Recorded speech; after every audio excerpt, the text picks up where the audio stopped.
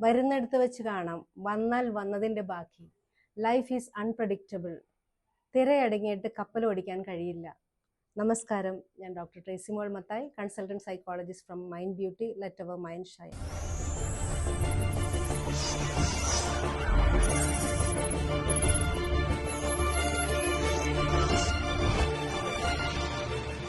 മടിച്ചും പേടിച്ചും ഇരുന്നാൽ അവിടെ ഇരുന്നു പോകും. There is always an element of risk in life. Accident ഉണ്ടാകുമെന്ന് വിചാരിച്ച് റോഡിൽ ഇറങ്ങാതിരിക്കാൻ പറ്റുമോ? പ്ലെയിൻ ക്രാഷ് ആകുമെന്ന് വിചാരിച്ച് പ്ലെയിനിൽ യാത്ര ചെയ്യാതിരിക്കാൻ പറ്റുമോ? ഷിപ്പ് റെക്കാവുമെന്ന് വിചാരിച്ച് കപ്പലിൽ യാത്ര ചെയ്യാതിരിക്കാൻ പറ്റുമോ? ഒരു മീറ്റിങ്ങിൽ ചെന്നപ്പോൾ ഇൻസൾട്ടഡ് ആയി എന്ന് വിചാരിച്ച് എല്ലാ മീറ്റിങ്ങും നമുക്ക് ബോയ്ക്കോട്ട് ചെയ്യാൻ പറ്റുമോ? അങ്ങനെ ചെയ്തു കഴിഞ്ഞാൽ ആർക്കാണ് നഷ്ടം? തിളച്ച വെള്ളത്തിൽ വീണ പൂച്ച എല്ലാ വെള്ളവും തിളച്ചതാണെന്ന് വിചാരിച്ചാൽ പൂച്ചയ്ക്ക് നഷ്ടമാകും.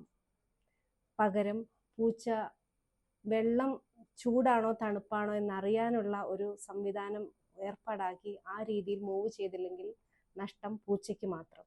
ഒരിക്കൽ അറേബ്യയിലെ ഒരു വ്യാപാരി തൻ്റെ കുതിരയെയും കൊണ്ട് ഭാഗ്യാന്വേഷണവുമായി പുറപ്പെട്ടു.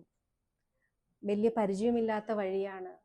അവർ രണ്ടുപേരും അങ്ങനെ പോയിക്കൊണ്ടിരിക്കുമ്പോൾ കുറേ ചെന്നപ്പം ഒരു കാട്ടിലേക്ക് പ്രവേശിച്ചു. കാട്ടിലൂടെ യാത്ര തുടർന്നു പോയി ഇരുട്ടായപ്പോൾ കാഴ്ച ഇല്ലാതെയായി. കുതിര യജമാനോട് പറഞ്ഞു, യജമാനെ മുന്നോട്ട് എങ്ങനെ പോകും? കണ്ണ് കാണാൻ പറ്റുന്നില്ല, വഴി അറിയാൻ സാധിക്കുന്നില്ല, യാത്ര ബുദ്ധിമുട്ടാണല്ലോ. അപ്പോൾ യജമാനൻ മറുപടി പറഞ്ഞു, ശരിയാണ്, യാത്ര വഴിയറിയില്ല, പക്ഷെ അടുത്ത ഒരു സ്റ്റെപ്പ് വെക്കാനുള്ള കാഴ്ചയുണ്ടോ എന്ന് ചോദിച്ചു. കുതിര പറഞ്ഞു, അതുണ്ട്, എങ്കിൽ അങ്ങനെ ചെയ്യൂ എന്ന് പറഞ്ഞു. ഇരുട്ടിലും അനിശ്ചിതത്തിലും മുമ്പോട്ട് തന്നെ പോവുക. ചില ബുദ്ധിമുട്ടുകളുണ്ടാവും, പ്രയാസങ്ങളുണ്ടാകും, അതിനെ ഫേസ് ചെയ്യുക. ഫൈനൽ റിസൾട്ട് വളരെ സാറ്റിസ്ഫൈയിങ് ആയിരിക്കും. എന്ത് സംഭവിച്ചാലും എന്ത് വന്നാലും പിടിച്ചു നിൽക്കുന്നവർക്കുള്ളതാണ് സക്സസ് എന്ന് പറയുന്നത്. ചിലർ പറയും, നമുക്ക് യാതൊരു സാധ്യതയില്ല, ഒന്നും മുന്നോട്ട് പോകാൻ പറ്റുന്നില്ല, ജീവിതം തകർന്നിരിക്കുന്നു, രക്ഷപ്പെടാൻ ഒരു മാർഗവും ഇല്ല, ഒരു സാധ്യതയില്ല, ഫിനാൻസ് എല്ലാം ബ്ലോക്ക് ആയിരിക്കുന്നു, ചുറ്റുമുള്ളവരാരും സഹായിക്കുന്നില്ല, എല്ലാവരും സഹായത്തിന് പകരം ഉപദ്രവമാണ്. ഇങ്ങനെയുള്ളൊരു സ്ഥലത്ത് നിന്ന് എങ്ങനെ രക്ഷപ്പെടാൻ പറ്റും? രക്ഷപ്പെടണമെന്നൊരാഗ്രഹം വന്നാൽ ഒരു ഫയർ ബ്രാൻഡ് ആകുക എന്നുള്ളതാണ്. Be a fighter inside, fighter by nature. ഉള്ളിലൊരു പോരാളിയുണ്ട് എല്ലാവരുടെയും.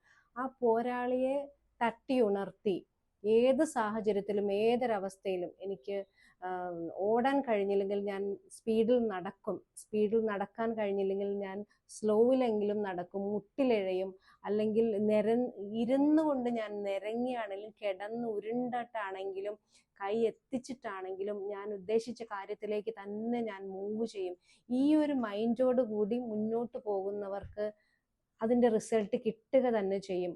അന്ധകാരത്തിലും ടോട്ടൽ ഡാർക്ക്നെസ്സിലും ഫിയറിലും പേടിയിലും രോഗത്തിലും വിഷമത്തിലും എല്ലാം അവനവൻ്റെ ലക്ഷ്യം ലാക്കാക്കി ചെറിയൊരു ബ്രേക്ക്, ഇപ്പൊ തളർന്ന് കിടക്കുകയാണ്, പക്ഷെ ചെറിയൊരു ഉണർവ് ഫീൽ ചെയ്ത് അപ്പോൾ അതിൻ്റെ അടുത്തൊരു സ്റ്റെപ്പ് ചെയ്യുക.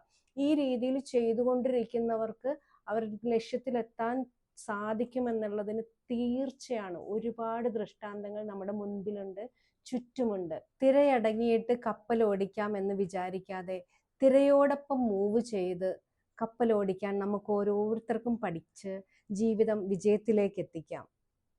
Because happiness is our birth right. Mind beauty ഇനി മറ്റൊരു വിഷയമായി അടുത്ത എപ്പിസോഡിൽ. എല്ലാവരും സപ്പോർട്ട് ചെയ്യണേ.